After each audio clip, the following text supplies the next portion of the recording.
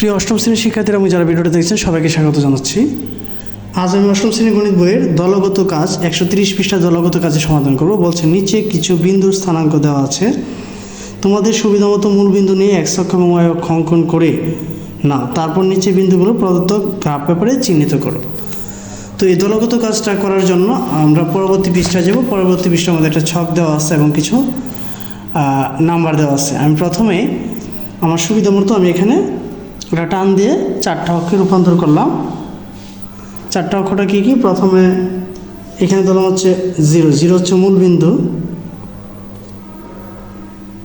ঠিক আছে। আর এখানে ধরলাম হচ্ছে x অক্ষ, এটাকে ধরলাম হচ্ছে x প্রাইম, আবার এটাকে ধরলাম হচ্ছে y অক্ষ, এটাকে ধরলাম হচ্ছে y প্রাইম। এবার মানগুলো দেখে দেখে মানগুলো এখানে বসাবো, প্রতিটা ঘরকে এক একক করে ধরে নেব। এখন কীভাবে করব? তো প্রথম যে এর যে অবস্থানটা, এর অবস্থানটা হচ্ছে -3.5, 5.5, তাহলে মাইনাস একটা এদিকে আসবে। এই যে 1 ঘর, 2 ঘর, 3 ঘর, এখন 3.5, আমরা যদি 3.5 লক্ষ্য করি, 3.5 হচ্ছে এখানে x এর মান, আর y এর মান হচ্ছে 5.5, তাহলে 1, 2, 3 এ হচ্ছে 3.5। এখান থেকে আমরা 5.5-এ যাব, 1, 2, 3, 4, 5, এ হচ্ছে এই বিন্দুতে হচ্ছে 5.5-এর অবস্থান। অর্থাৎ এই বিন্দুটার নাম দিতে পারি হচ্ছে কি -3.5 আর হচ্ছে কি 5.5। তাহলে এখানে আমরা লিখে দিই যেটা বিন্দুটার নাম হচ্ছে কি -3.5 আর হচ্ছে কি 5.5। এবার আমরা যদি 2 নম্বরটায় যাই, বি এর অবস্থান, এটা হচ্ছে এর অবস্থান, তাহলে আমরা বড় করে এখানে লিখে দিই হচ্ছে এ। এবার যদি বি এর অবস্থানে যাই, তাহলে বি এর অবস্থান যদি লক্ষ্য করি, -4 আর হচ্ছে +4, তাহলে আমরা ভালো করে লক্ষ্য করব, -4 আর হচ্ছে +4, তাহলে -4 যদি আমরা যাই, -4 এদিকে থাকবে, তাহলে এদিকে আমরা যাবো হচ্ছে প্রথমে 4 ঘর। এই যে 1 ঘর, 2 ঘর, 3 ঘর, 4 ঘর, এ হচ্ছে x এর মান হচ্ছে -4, আবার y এর মানও কত -4, তার মানে নিচের দিকে আসবে 1, 2, 3, 4। এই যে এই বিন্দুটা, এখানে আমার অবস্থানটা হচ্ছে কি বি এর অবস্থান, ঠিক আছে। এই বিন্দুতে আমার অবস্থানটা হচ্ছে কি বি এর অবস্থান, আমি এখানে বড় করে লিখে দিলাম হচ্ছে বি এর অবস্থান হচ্ছে কি -4, তাহলে আমরা এখানে লিখে দিই -4, কি -4। এ হচ্ছে বি এর অবস্থান। সি এর অবস্থান হচ্ছে 0, 5.5, তাহলে এই যে 0 এবং -5.5 নিচের দিকে আসবে, 1 ঘর, 2 ঘর, 3 ঘর, 4 ঘর, 5 ঘর, এ হচ্ছে এখানে কি 5.5, ঠিক আছে। তাহলে এর অবস্থান হচ্ছে এখানে 0 আর হচ্ছে কি -5.5,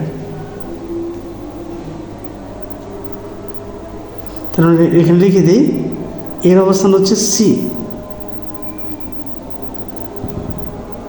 ঠিক আছে। এবার যদি আমরা ডি এর অবস্থান দেখি, -50, তাহলে -5 এদিকে আসবে, 1, 2, 3, 4, 5, আর 0 মানে এখানেই, তার মানে এখানে যে অবস্থান, এই অবস্থানের নাম হচ্ছে কি ডি, ঠিক আছে। এখানে অবস্থানের নাম হচ্ছে ডি, আর ডি এর মধ্যে আমরা যেগুলো লিখতে পারি, ডি এর মানটা হচ্ছে কি -5 আর হচ্ছে কি 0, লিখে দিয়ে এনে -5 আর হচ্ছে 0, হচ্ছে ডি এর অবস্থান। এবার যদি আমরা ই এর অবস্থান দেখি, 3.5 আর হচ্ছে কি -5.5, তাহলে 3.5, 1, 2, 3.5 আর -5.5, তার মানে হচ্ছে 1, 2, 3, 4, 5, ঠিক আছে। এ হচ্ছে 5, 5.5, তার মানে কি এখানে একটা করে মাঝামাঝি স্থানে, এখানে অবস্থানটা হচ্ছে কি ই এর অবস্থান, আমরা বড় করে লিখে দিই ই, ঠিক আছে। এবার আমরা দেখব হচ্ছে এফ এর অবস্থান। এফ এর অবস্থান হচ্ছে +3.5 আবার কি 5.5 সেম একই, তার এখানে ই এর অবস্থান হচ্ছে, আবার কি এর অবস্থান হচ্ছে, এফ এর অবস্থান হচ্ছে, সেম একই জায়গায়।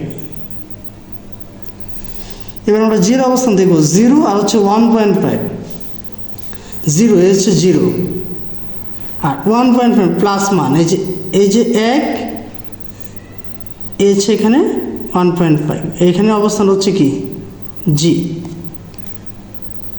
ঠিক আছে, আমি এই সংখ্যা রেখাটা একটু জুম করে দেখাচ্ছি, মানে এই গ্রাফের উপর একটু জুম করে দেখাচ্ছি। তো আশা করি অবস্থানগুলো তোমরা নির্বাচন করতে পেরেছো।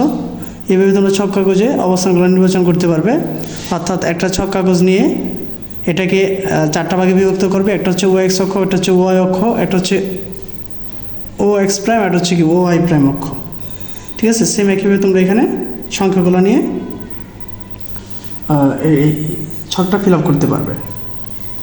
ঠিক আছে, তো আশা করি ভিডিওটা দেখে তোমরা অঙ্কটা বুঝতে পেরেছো। যদি অঙ্কটা কোথাও বুঝতে সমস্যা হয় তাহলে আমাকে কমেন্টসে জানাবে। ধন্যবাদ সবাইকে।